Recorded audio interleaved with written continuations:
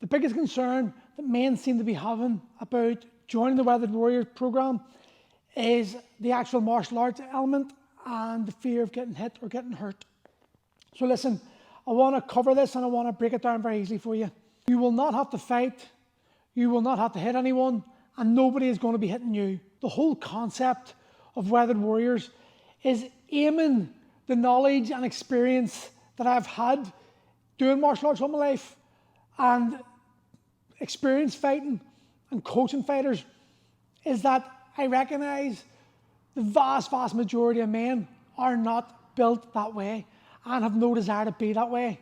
But that doesn't mean they don't have a curiosity about the skills, because as a man, I think everyone knows that it's good to have the ability to defend yourself and your family if it's ever required. That's why I use the tagline, the have and not need, rather than the need not have. So this is all about getting fit without getting hit. You're going to learn the techniques, the concepts, the principles behind the techniques, and then we're going to apply it in a more middle-aged, man-friendly way. So you'll be doing grappling. We'll be breaking down simple techniques and explaining the concept behind grappling. We'll be adding in strikes without actually hitting each other, but drilling them so they become autonomous and become our go-to actions should we ever need it.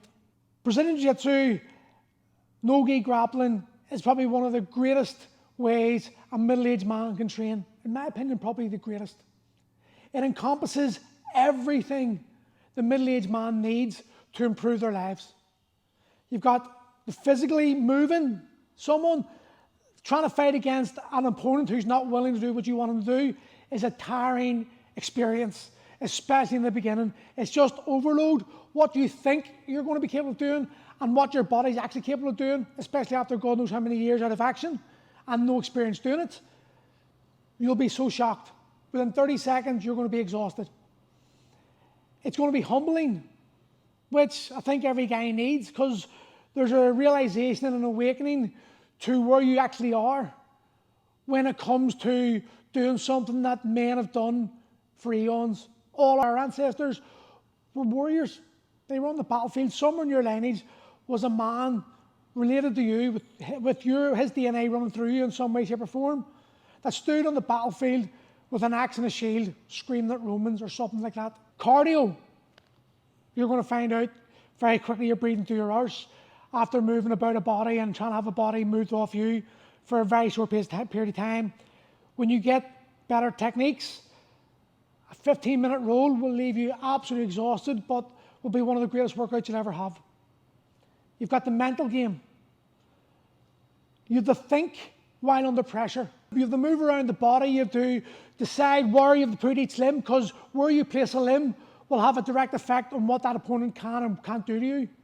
And you've got to have the ability to think 5 moves ahead while under pressure, while knowing someone else is trying to choke you out or armbar you. And then you've also got to be able to have 5 moves for every 5 possible positions or 6 possible positions that guy can move into. And you've got to be relaxed enough to feel when he does it and have the ability to act autonomously rather than think. Because when you think you're slow, when you're slow, you get tired, and when you're tired, you're choked out.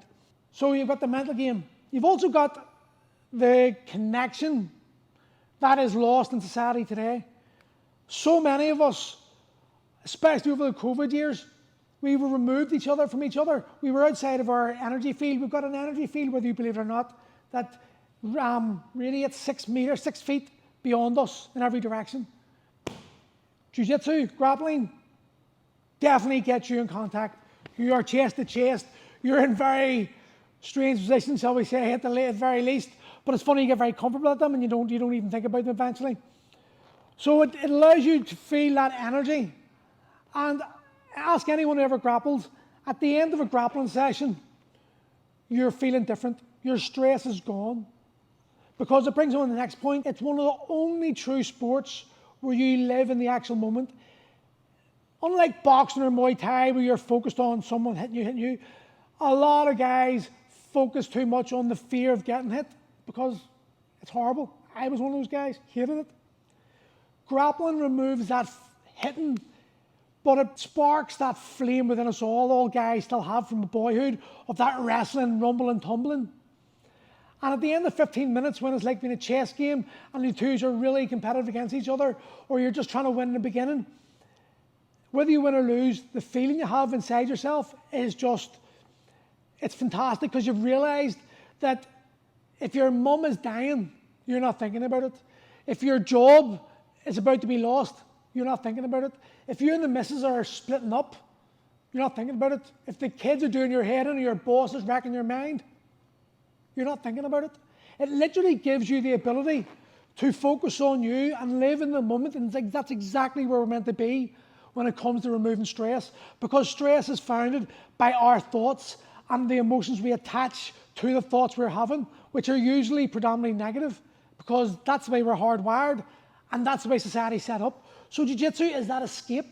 Grappling is that moment in time when you can just connect with you and live in the moment and enjoy it. And trust me, there is nothing greater for making us feel better. Then you've got comradeship. Your teammates take on a different role in a martial art experience. On one level, you're trying to train to better this guy, you want to win. But on another level, without them, you couldn't be where you are. Iron sharpens iron.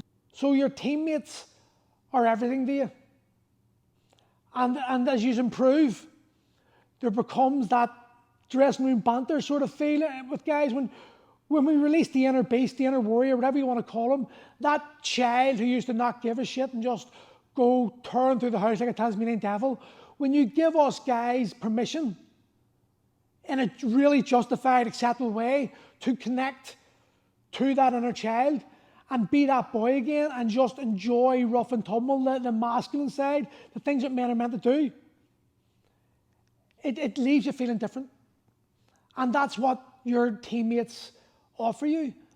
And so because of that, there's a special bond. That and the fact, like I said, you're in the most compromising positions sometimes, and you do sometimes get yourself to go, how did I get here? What the fuck am I doing?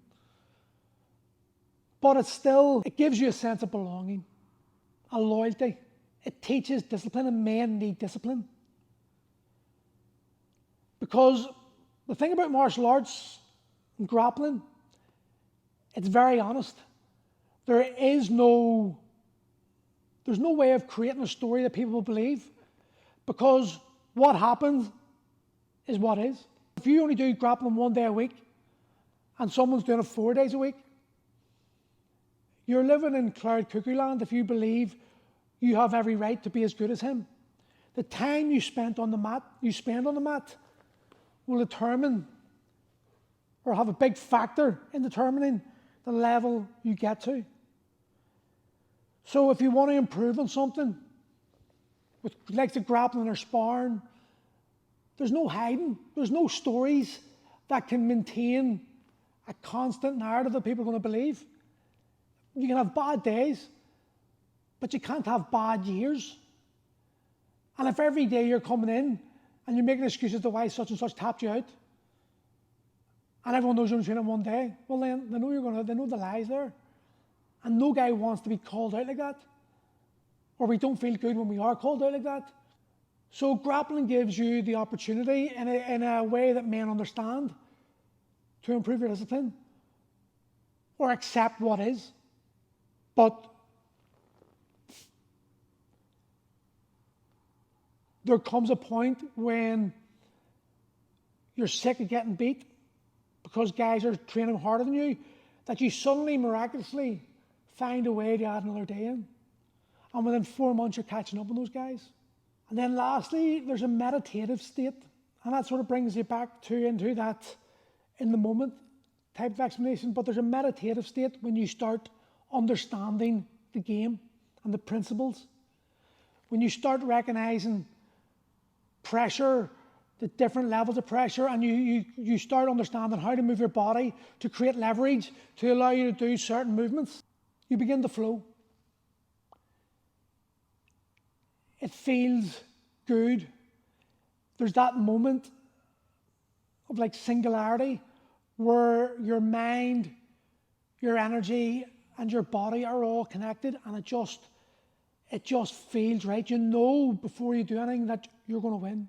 You can just, your body moves perfectly. It's in the right angle every single time, and you can feel it. And if you do something wrong, there's an escape that just flows into it. You just get into that flow state, and it feels absolutely amazing. You're doing things without thinking, and it's meditative. Skills and coordination. All these are coming to me. It's not the last one, obviously. Skills and coordination. We become more coordinated as our brain starts to find new neural pathways to chain our body to move in certain ways. And that improves our intelligence. That keeps our mind sharp. That fights off or helps to fight off dementia, Alzheimer's. And that might sound hyperbolic, but it's the truth. You know the confidence thing, it's the need not having that need. You have a form of self-belief, an understanding in your own abilities. And it gives you the confidence to A, use it when you have to, and B, not to feel that you have to use it because you can. It gives you that deeper ownership. Think of the crossovers that these skills could have in your everyday life. Lastly,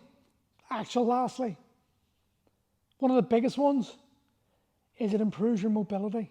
And for guys our age, that's a massive way of improving our lives. We're only ever as old as our spines. And if we can keep our ankles, hips, shoulders, and spines moving freely, pain-free, we feel better. We have more energy to focus on the things we need to achieve, rather than that energy being removed as you focus on dictating or controlling the pain. And trust me, after 2 hip replacements before I was 45, I know this is a massive thing. The difference in me this last year and a half since my last hip replacement is night and day, because 70% of my day was used up. The energy on a daily expenditure was used up coping with the pain, which meant I only had 30% of my energy to donate to or devote to my kids, the gym, my relationship, and invariably things changed. My life got shit for a while. I became a victim because life was pain and it sucks. So you can stave these things off through mobility. And the thing about jiu-jitsu is mobility becomes an afterthought because you begin to realize that your limiting factors are your mobility issues. And you can see techniques. I'm at this current stage right now. I can see techniques when I'm on my back, but I can't do anything about them because my mobility is limited. And because of that, I'm having to adapt a new game. I'm lucky I've been in this 20-odd years, 23 years. I've got enough knowledge to adapt, but it's taken me a long time, a lot longer than I want to. And Carl Fatman Bell, my mate, my ever-slagging training partner, is decimating me at the moment, so my game has to change. But because my game changes, my focus changes. So I literally beat Carl every single day, even though he doesn't know it, though he does now, but without ever tapping him out. Because I understand the reality is Carl is more flexible than me. He's younger than me, he's like 16 years younger than me. And he's definitely fatter than me, like he is huge. Right, Carl, mate? So when he gets on top of me, it's like wrestling a water buffalo. And my lack of hip mobility is doing my head in. So what I do, every session I've been up to Davies in the EFR, I went in with a purpose and a goal. And if I achieve that goal, I win the grapple in my head. Doesn't matter. Because at my age, I'm going to tap very soon, and I'm going to tap often, because it's going to keep me fresh, because I know that now I can't allow the ego to win. Because the ego winning means that I get injured, and 2 replacements in hips, that could be a dislocation, and that's not something I want to go through. So rather than fight something out, I tap specialist leg locks. And that's fine with me. And that's something that every guy can benefit from, understanding that the game you play, if you go in with a set idea of what it is you want to achieve, then it doesn't matter who's better than you, because your goal isn't to compare yourself to them. Your goal is to focus on initiating and achieving the things you said. It could be to stay on top for longer. It could be to get into a position to do something. It could be to set up a move and get a flow. It could be to be on your back and sweep them. The thoughts and the goals are endless. The purpose is, though, it gives you an option to focus and harness in your training and make it more productive, while removing the need to do that. Like when you get better at it and you understand it more, and it's become, you've got a purpose, more of a deeper understanding and purpose of the game. You can do a Gordon and I do, and we'll go a bit harder. He usually wins. I'll say it publicly. But it doesn't matter because the fun's there. And this is the benefit of jiu-jitsu. So lads, don't fear the training. Don't think you're going to get hurt, you're going to hit, you're not. What you're going to do is discover things about yourself you didn't know existed. Hopefully see you on the mats.